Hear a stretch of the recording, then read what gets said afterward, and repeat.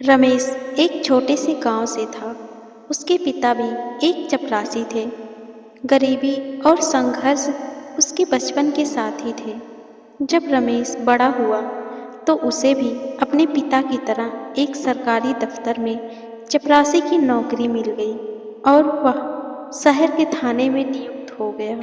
रमेश की शादी सुनीता से हुई और कुछ ही सालों में उनके घर एक बेटे का जन्म हुआ जिसका नाम उन्होंने आदित्य रखा। रमेश ने ठान लिया कि उसका बेटा उसकी तरह नहीं रहेगा बल्कि बड़ा अफसर बनेगा। रमेश की तनख्वाह कम थी लेकिन उसने आदित्य की पढ़ाई पर कोई कमी नहीं आने दी। वह दिन भर थाने में काम करता और रात को बेटे के लिए ट्यूशन का इंतजाम करता।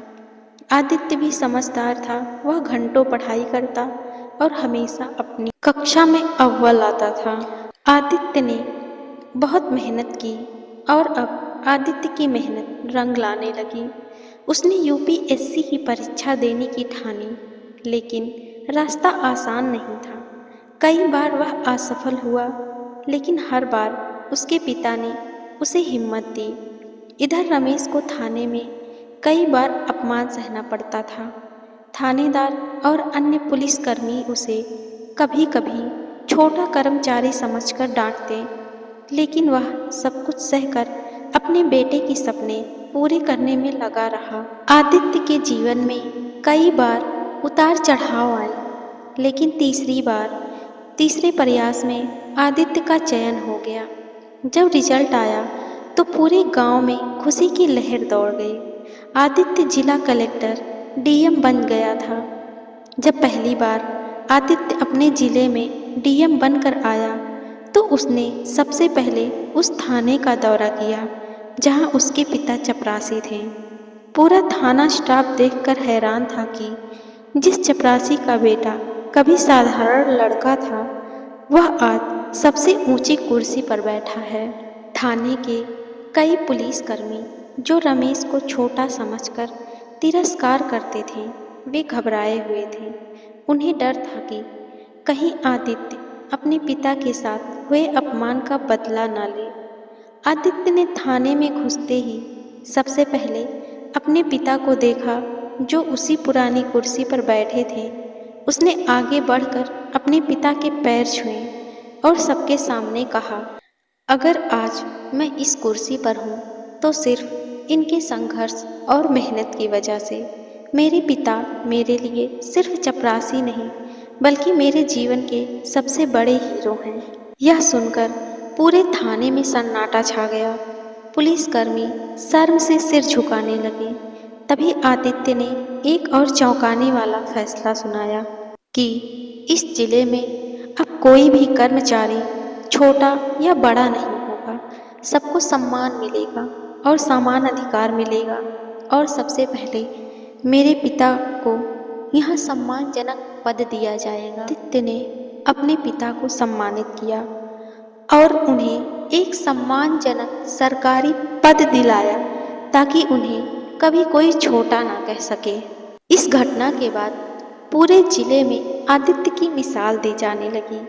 उसने दिखा दिया कि कोई भी जन्म से छोटा या बड़ा नहीं होता, बल्कि मेहनत, लगन और संघर्ष ही इंसान की असली पहचान बनाते हैं। आदित्य ने अपने पिता को सम्मान दिलाकर सिर्फ थाने में ही नहीं बल्कि पूरे जिले में एक मिसाल कायम कर दी थी। लेकिन यह बात यहीं खत्म नहीं हुई।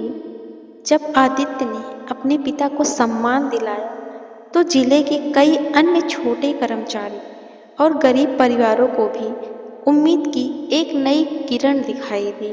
वह जानता था कि उसके पिता जैसे हजारों कर्मचारी अपनी मेहनत और ईमानदारी के बावजूद समाज में उपेक्षित रहते हैं। इसलिए अपने डीएम कार्यकाल की शुरुआत से ही आदित्य ने सम्मान और समानता नाम से एक नई पहल शुरू की। इस योजना के तहत सरकारी कार्यालयों में सभी कर्मचारियों के साथ समान व्यवहार अनिवार्य किया गया और पुलिस थानों और अन्य विभागों में कर्मचारियों को बुनियादी सुविधाएं देने की व्यवस्था भी की गई। बच्चों की शिक्षा के लिए विशेष छात्रवृत्ति योजना लागू की गई ताकि कोई भी आर्थिक तंगी के कारण अपनी पढ़ाई ना छोड़े। जब आदित्य जिले में बदलाव लाने में जुटा था, तब कुछ भ्रष्ट अधिकारी उसकी लोकप्रियता और ईमानदारी से नाखुश थे। वे नहीं चाहते थे कि प्रशासन में इस तरह की पारदर्शिता आए। एक दिन थाने में तैनात एक पुराने इंस्पेक्टर ने आदित्य के खिलाफ झूठी शिकायत दर्ज करवाई कि वह अपने पिता के कारण प्रशासन में पक्षपात कर रहा है।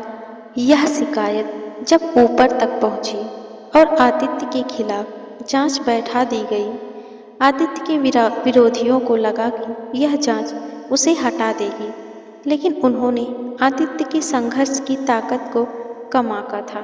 इधर जांच शुरू हुई और धीरे धीरे सच्चाई सामने आने लगी। कई ईमानदार अधिकारियों और जनता ने आदित्य के पक्ष में आवाज उठाई। उसके द्वारा किए गए बदलावों और उसकी ईमानदारी की कहानियां अखबारों और सोशल मीडिया पर वायरल हो गई। आखिरकार जांच समिति ने आदित्य को निर्दोष पाया और जिन अधिकारियों ने उसके खिलाफ साजिश की थी, उन्हें निलंबित कर दिया गया। इस घटना के बाद आदित्य और भी मजबूत बन गया। उसने सीखा कि जब कोई सही रास्ते पर चलता है तो चुनौतियां जरूर आती हैं, लेकिन सच्चाई की जीत हमेशा होती है। एक दिन जब वह अपने पिता के पास बैठा था, तो रमेश ने उसका हाथ पकड़कर कहा, बेटा, मैंने हमेशा सोचा था कि मैं तुम्हें एक अफसर बनते देखूंगा, लेकिन तुमने सिर्फ अफसर नहीं बल्कि इस जिले के लिए एक मिसाल बनकर दिखाया है। मैं तुम पर गर्व करता हूँ। यह सुनकर आदित्य की आंखों में आंसू आ गए, लेकिन ये आंसू खुशी और संतोष के थे। और अब आदित्य का सपना था कि वह पूरे राज्य में प्रशासन को बेहतर बनाए, और उसने इस दिशा में काम करना शुरू किया। दोस्तों, मेहनत और संघर्ष कभी व्यर्थ नहीं जाते, और कोई भी नौकरी छोटी या बड़ी नहीं होती, बल्कि मेहनत और ईमानदारी ही इंसान का असली कद तय करती है। सच्चाई की राह पर चलने वालों को बाधाएं जरूर मिलती हैं, लेकिन अंत में जीत उसी की होती है। Thank you. अगर आपको यह कहानी पसंद आए तो please like, comment, share and subscribe. Thank you.